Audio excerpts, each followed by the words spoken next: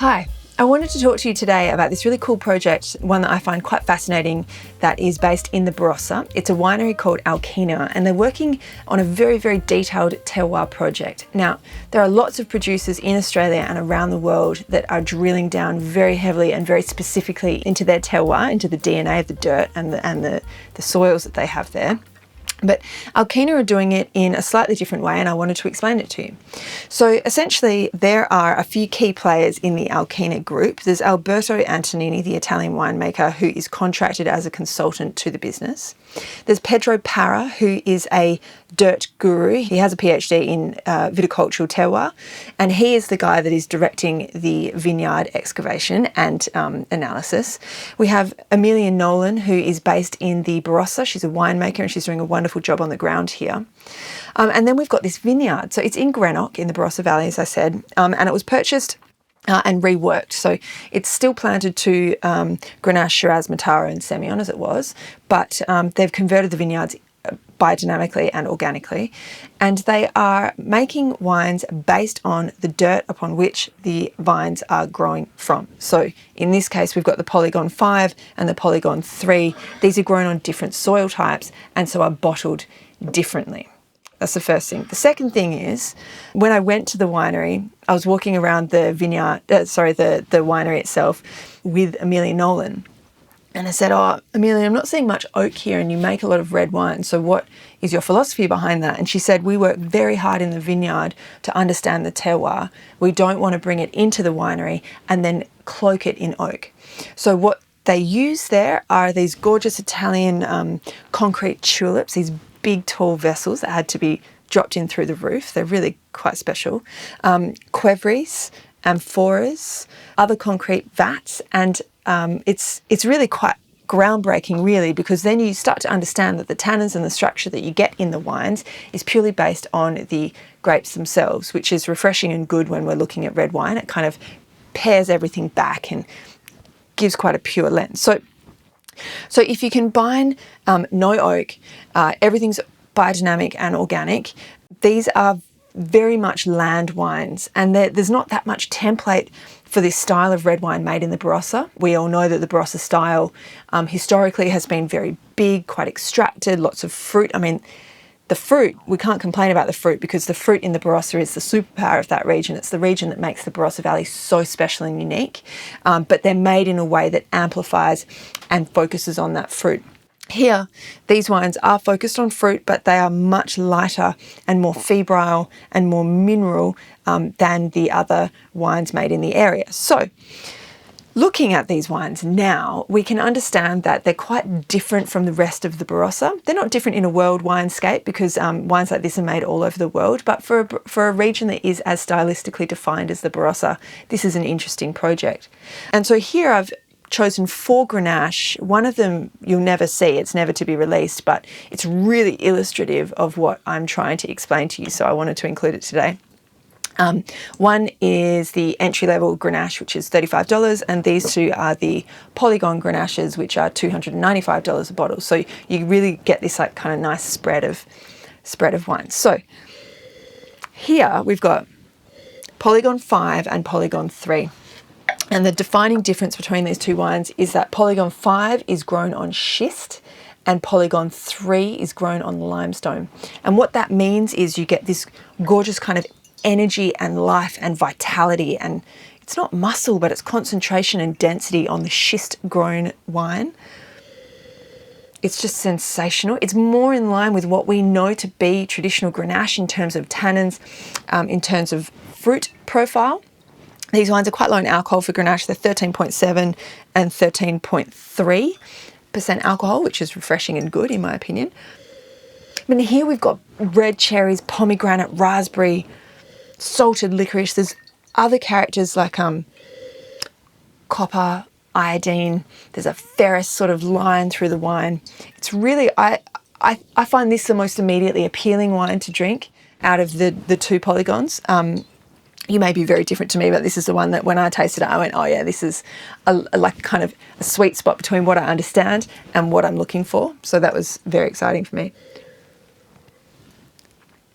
And then we move into the Polygon 3, which is grown on limestone. So when I opened this wine, I opened it about an hour or so before we did the tasting, and it was really reductive and closed. And I thought, it's good. Like, I've obviously loved these wines in the past, but easily by a country mile prefer the Polygon 5.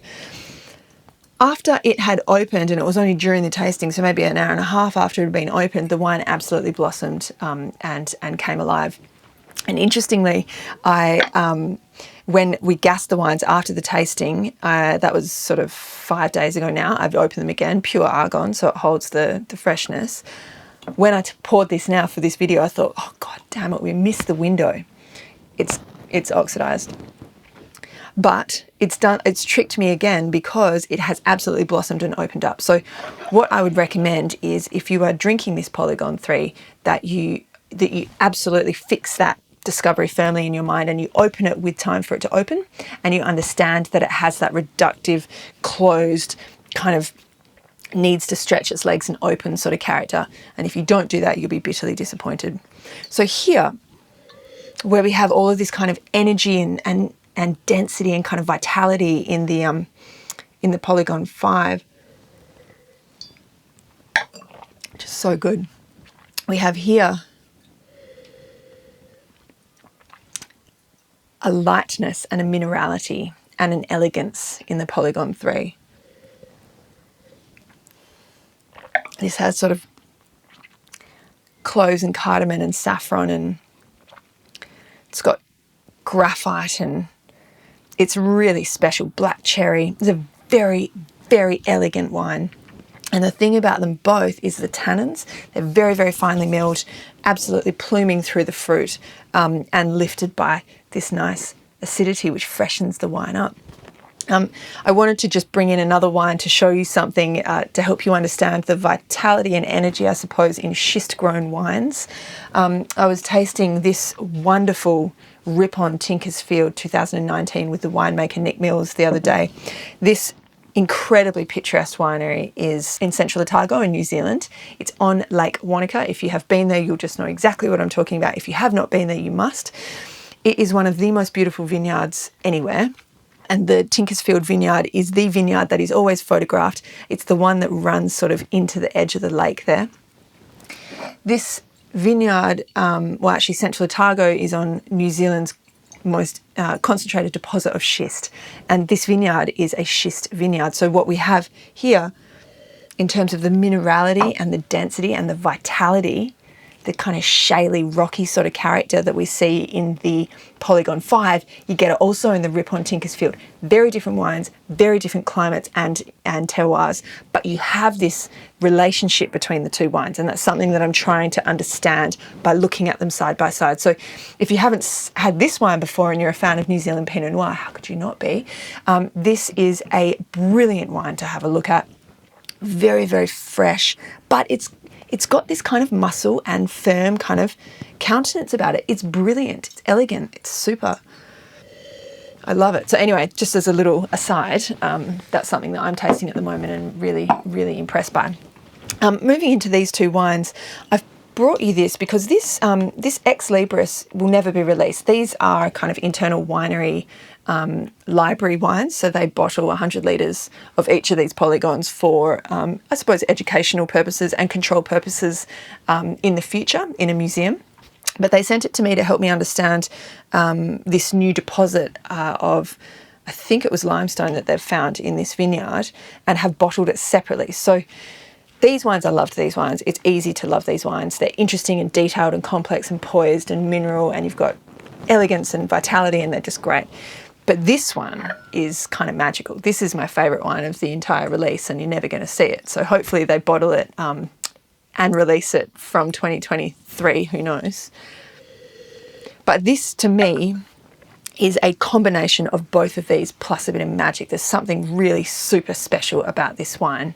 And apart from the 100 litres that was sequestered to bottle this ex Libris sample, the rest of the fruit went in to make up the heart of this one, which is why I include it. It's $35 and it's freaking sensational.